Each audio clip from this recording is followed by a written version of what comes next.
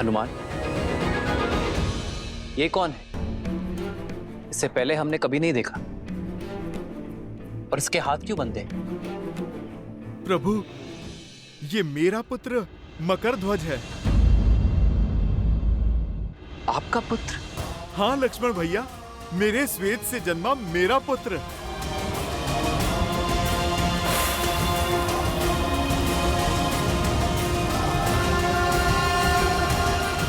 साहस और शक्ति का भंडार है इसमें। प्रभु, यदि ये हमसे जुड़ जाए तो हमारी सेना का बल कई गुना बढ़ जाएगा प्रभु। नहीं प्रभु, यदि मकरध्वज चले गए तो हमारी रक्षा कौन करेगा? इन्हें ना ले जाएं प्रभु, पाताल लोक में इनकी आवश्यकता है। हनुमान, अपने पुत्र को खोल दो। कर्तव्य निभाने पर पीठ थपथपाई जाती है, हाथ नहीं बांधे जाते।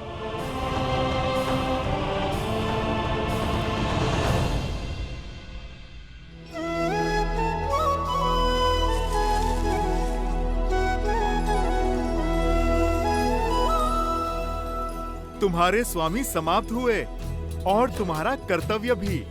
अब चयन तुम्हारा है।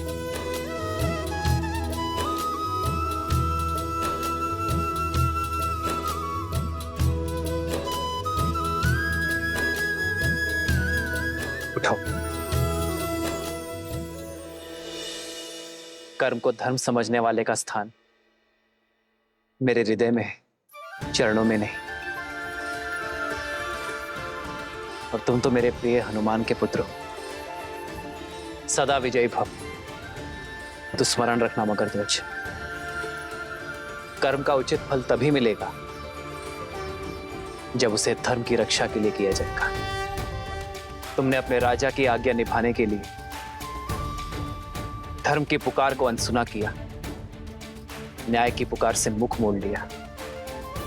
किंतु भविष्य में स्मरण रखना मकरध्वज, अर्थात आपने मुझे अपनी सेवा में स्वीकार किया।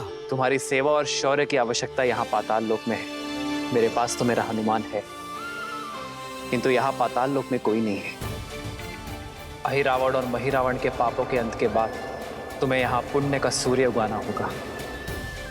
इन सभी को धर्म के पथ पर लाना होगा। बोलो मकरध्वज, क्या तुम ये कर पाओगे?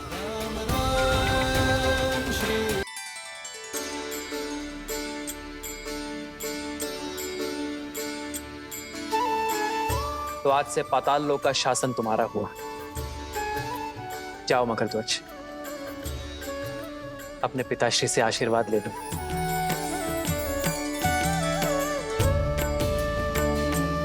पिताश्री,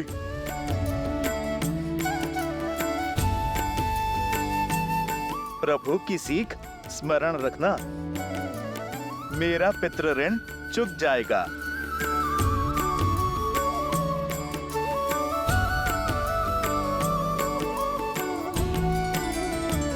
जय श्री राम, जय श्री राम।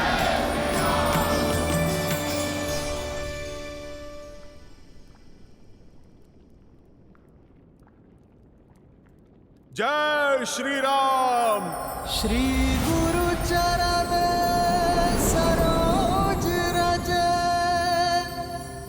निज मनु मुकुरु सुधारी। बरनउँ रघुबर बिमल जसु, जो दायकु हाल चारि। जय महावीर हनुमान, जय जय पवन पुत्र हनुमान।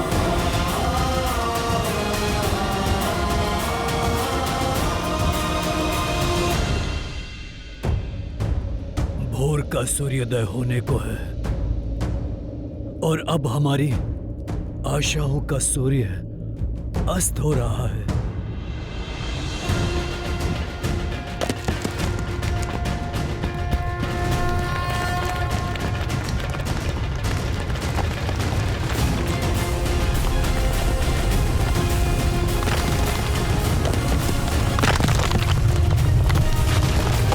जय श्री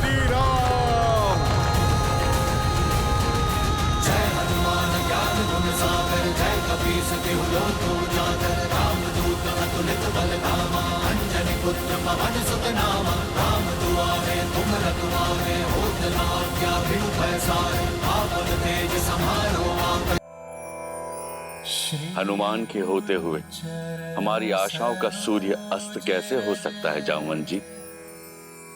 निज मनु मुकुरु सुधारि जय श्री राम। पवन तनय संकट हरन् मंगल मूर्ति रूप राम लखन सीता सहित। मैंने कहा था ना त्रिजटा, मेरा पुत्र हनुमान संकट मोचक है। उसके होते संकट मेरे श्री राम को छू भी नहीं सकता।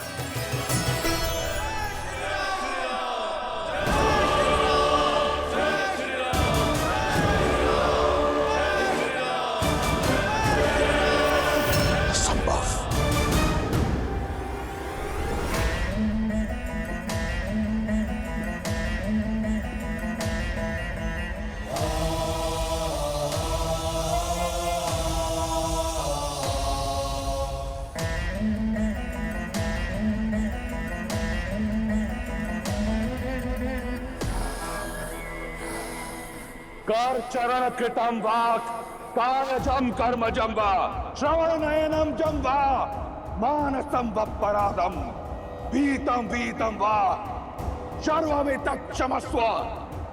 जय जय करणाब्दे श्री महादेव शंभु, श्री महादेव शंभु, श्री महादेव शंभु। हे चंद्रचूड़, यदि आपके सेवक से कोई भी भूल हुई हो तो मैं आपसे क्षमा प्रार्थी हूं। यदि इस रावण ने अपने जीवन में किसी को अपने से ऊपर स्थान दिया है तो वो केवल आप है। यदि मैंने किसी को अपना इष्ट माना है तो वो केवल आप हैं। मैंने आपकी भक्ति अपने तन और मन से की है। आप भली भांति जानते हैं कि इस संसार में आपके इस रावण से बड़ा भक्त कहीं नहीं, ना देवता ना असुर, कोई रावण सी भक्ति नहीं कर पाएगा। और इसमें मेरा अभिमान नहीं, मेरा विश्वास है। परंतु आपने मुझसे पक्षपात किया है त्रिलोचन। मैं भली भांति जानता हूं कि विजय श्री का आशीर्वाद पाना इतना सरल नहीं। यदि आपको मुझे यह आशीर्वाद देना होता तो आपने बहुत पहले दे दिया होता। आप मेरा हाथ सीता के स्वयंवर पर रोकते नहीं, पिनाक उठाने से। आप मुझसे अपना चंद्रहास नहीं छीनते। आप मेघनाथ को विवश नहीं करते कि वो मुझे युद्ध भूमि में जाने से रोके। आप मेरा यज्ञ भंग नहीं होने देते। आज आपका ये भक्त अकेला उतरेगा युद्ध भूमि में राम और उसकी मरकटों की सेना के विरुद्ध, अकेला। परंतु आज आपका ये रावण सिद्ध कर देगा कि ये दशानन बिना शिव के वरदान के भी दशानन है। नहीं मानता मैं किसी नर को, नारायण को। मैं वचन देता हूं आपको कि आज के युद्ध के उपरांत ये संसार रावण का नाम कभी नहीं भूलेगा।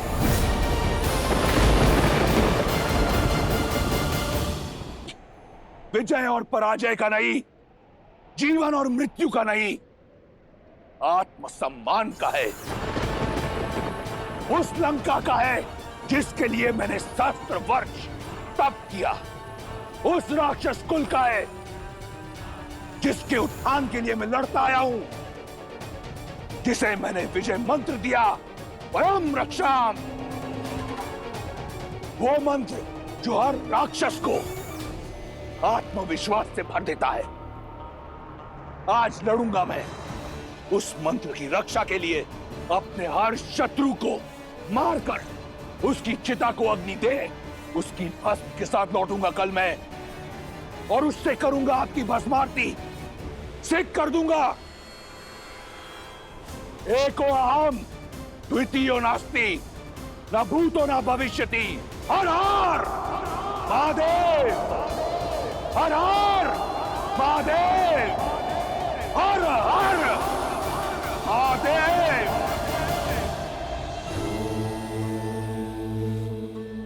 आप रुक क्यों गए महादेव? राम और रावण सामने आने को सज्ज हैं। इस समय पर विराम क्यों? विराम इसलिए लिया देवी क्योंकि इस समय मैं आपको कोई अन्य कथा सुनाना चाहता हूं। नहीं महादेव, जब भी राम कथा किसी रोचक मोड़ पर आती है, आप किसी और दिशा में भटका देते हैं।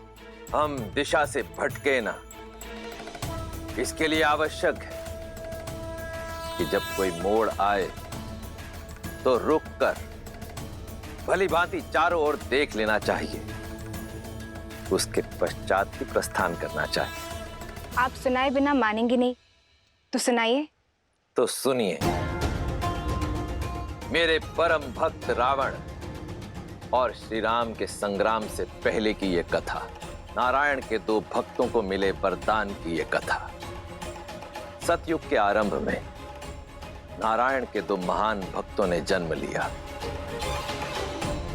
ओम नमो नारायण। वरुण पुत्र कली और अग्निपुत्र जरंगनी से जन्मे जय और विजय दोनों ने ही श्री हरि विष्णु नारायण को पाने के लिए कठोर तपस्या की। कई वर्षों तक हर कठिनाई, हर पीड़ा को सहते रहे। उनकी निष्ठा इतनी अधिक थी कि भक्ति और सहन शक्ति दोनों की पराकाष्ठा को पार कर गए। ओम नमो नारायण। ओम नमो नारायण। ओम नमो नारायण। ओम नमो नारायण। ओम नमो नारायण।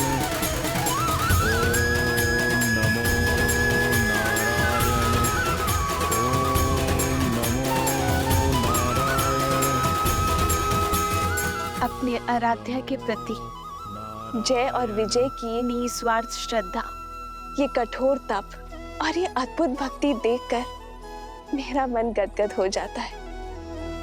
किंतु नारायण, इस तप का कारण क्या है? क्या इच्छा है इन दोनों की? ओम नमो नारायण। ओम नमो नारायण। जय विजय, उठो वत्स।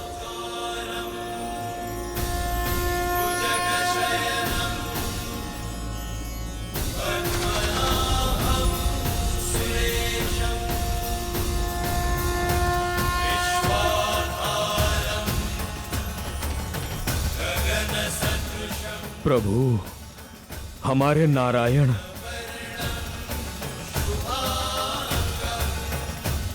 मैं तुम दोनों की श्रद्धा और कठोर तप से प्रसन्न हुआ। जय विजय, मांगो, क्या वर चाहिए तुम दोनों को? जो मांगोगे वो दे दूंगा। जिसे आपके साक्षात दर्शन मिल जाए, उसे और क्या चाहिए प्रभु? आप हमसे प्रसन्न हुए, सारी इच्छाएं पूर्ण हुई प्रभु। पर कर्म का फल तो मुझे तुम्हें देना ही होगा। यदि आप हमें कोई वरदान देना चाहते हैं तो अनंत काल तक अपनी भक्ति का वरदान दीजिए। आप हमें अपने चरणों की छाया का आशीर्वाद दीजिए। जिनकी एकमात्र दर्शन से हम धन्य हो गए, उनकी एकनिष्ठ भक्ति का सौभाग्य दीजिए प्रभु। भक्ति का मार्ग इतना सरल नहीं जय विजय। इसमें सुख की छाव के साथ दुख की धूप भी आती है। श्रद्धा की पवित्रता के साथ संकट की परीक्षा भी आती है। अपने भगवान को पाने के लिए आपके इस भक्त को परीक्षा की हर कसौटी स्वीकार है प्रभु। बस वरदान देने की कृपा करें। हाँ प्रभु, हमें अपनी निरंतर भक्ति और नित्य दर्शन का वरदान दीजिए। तथास्तु। आज से तुम दोनों वैकुंठ के द्वारपाल रहोगे। तुम दोनों सदा ही मेरे निकट, मेरे ही पास रहोगे। हमने तो जीते जी अमृत पा लिया प्रभु। जय जय अविनाशी सब घटवासी व्यापक परमानंदा अविगत रोहितम चरित पुनीतम माया रहित। जय और विजय नारायण का आशीर्वाद भी प्राप्त हुआ और स्नेह भी। देखते ही देखते वे दोनों लक्ष्मी और नारायण के सर्वप्रिय बनकर दिव्यता और पवित्रता के सर्वोच्च शिखर वैकुंठ के द्वारपाल बन गए वो दोनों। किंतु जैसा कि नारायण ने कहा, भक्ति की परीक्षा कठिन होती है और वो समय भी आ गया।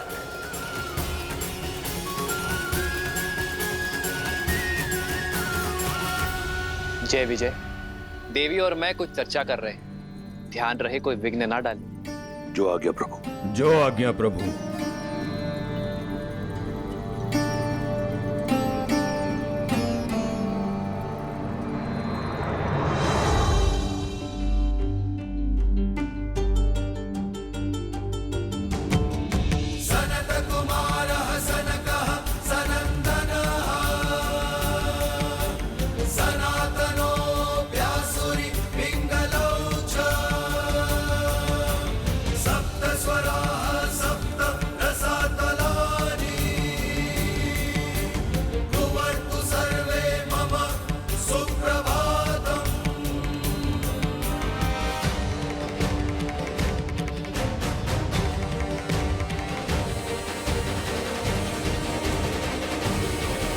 अब इसे दुर्भाग्य कहो या प्रारब्ध, ब्रह्मा के मानस पुत्र सनत कुमार वहां नारायण के दर्शन हेतु पहुंचे। वहीं रुक जाइए।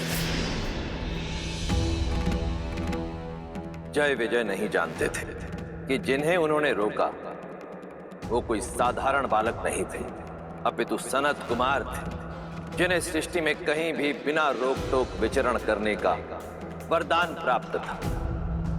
सनत कुमारों का प्रणाम स्वीकार कीजिए।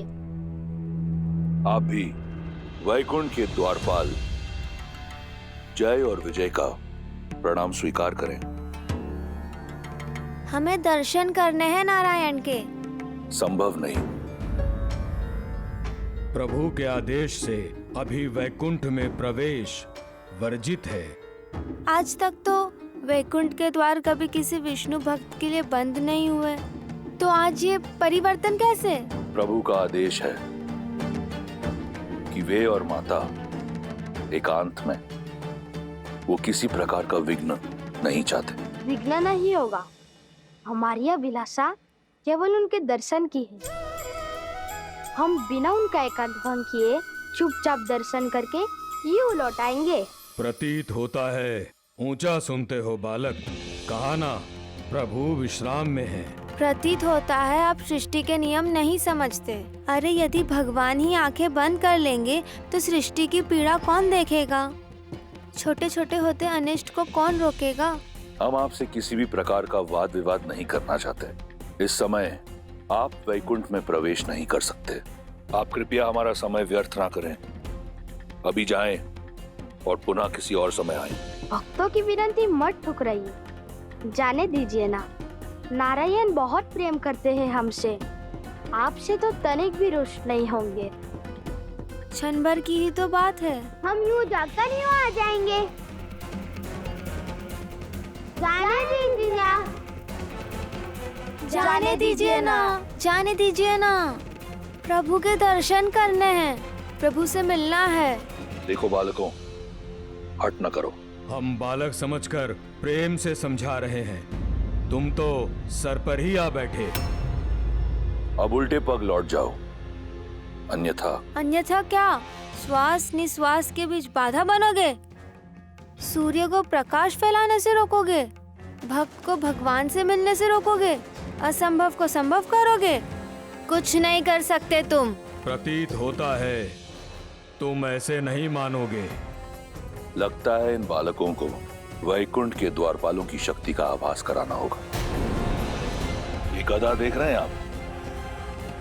अब जाइए यहां से, अन्यथा तुम्हारे आकार और आयु को भूलकर तुम्हें दंड दिया जाएगा। मर्यादा थी, हर सीमा लांघ दी तुमने। भक्त से भगवान है। जिस दिन भक्त और भगवान के बीच में बाधा आई, उस दिन सृष्टि विनाश की ओर बढ़ जाएगी। तुम सर्वनाश को पाओगे। देखो विजय, 4 उंगल के बालक और बातें 3 लोगों की कर रहे हैं। भक्ति की बात हमें सिखा रहे हो। जय विजय को, जिन्होंने भक्ति की हर पराकाष्ठा पार की। लगता है इन्हें शिष्टाचार सिखाने की आवश्यकता है। इससे पहले कि मेरे शस्त्र प्रहार के लिए बाध्य हों, चले जाओ यहाँ से बालकों। मौन, मर्यादा को तार तार किया है तुमने। दंड के भागी हो तुम दोनों।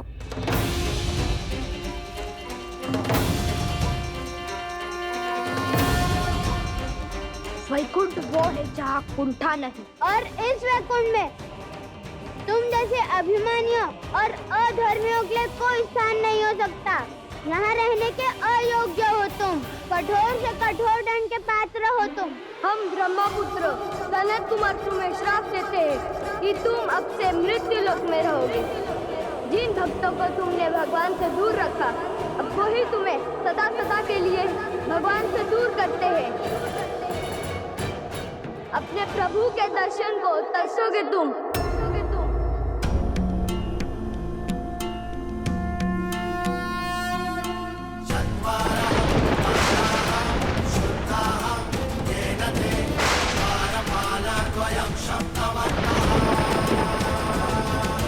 जय विजय हो आराध्य विष्णु वीरहं परिश्रमं कर्तव्यं स्यात्।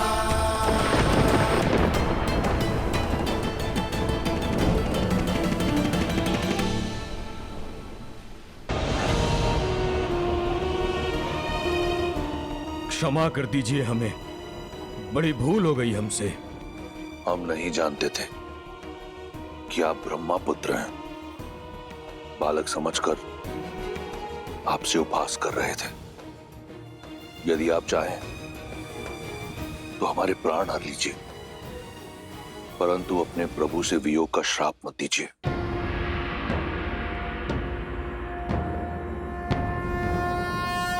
नमो नारायण।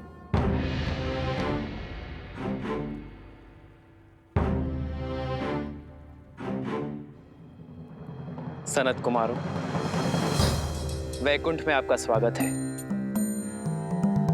हमारी सहायता कीजिए प्रभु।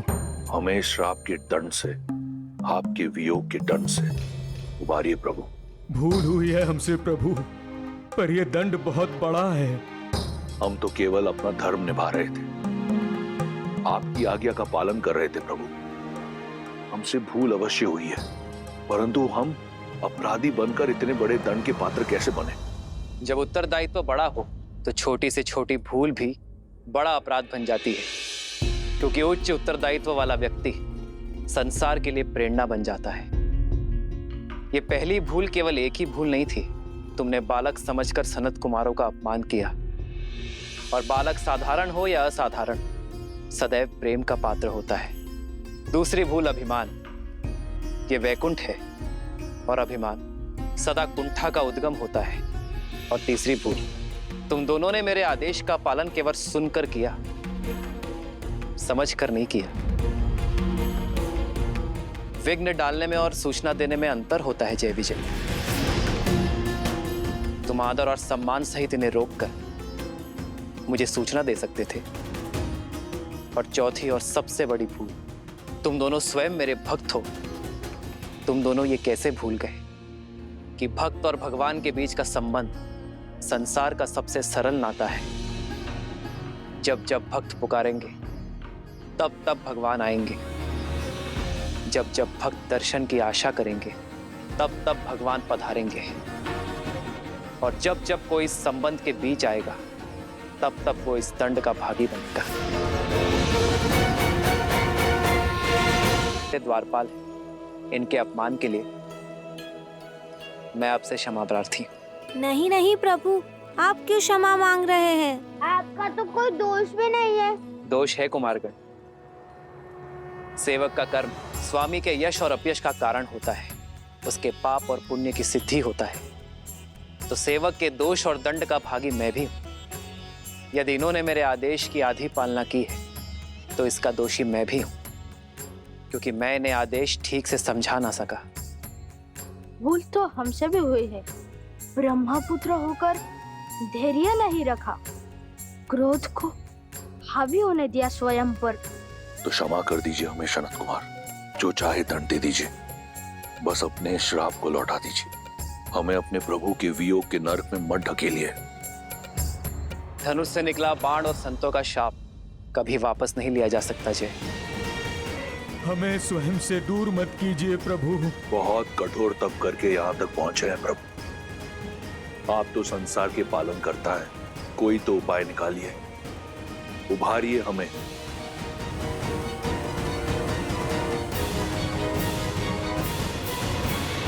सनत कुमारों का शाप तो झूठा नहीं हो सकता, किंतु फिर भी तुम दोनों की भक्ति के कारण थोड़ी ढील दी जा सकती है। एक उपाय है जिससे तुम दोनों का दंड भी पूरा हो जाएगा और सनत कुमारों का शाप भी नहीं टूटेगा। तो बताइए प्रभु, शीघ्र अतिशीघ्र बताइए। 2 विकल्प है तुम्हारे पास। या तो 7 जन्मों के लिए मृत्यु लोक में मेरे भक्त बनकर रहो, या अगले 3 जन्मों तक मुझसे शत्रुता निभाओ, फिर वैकुंठ लौटकर आ पाओगे। चयन तुम्हारा है।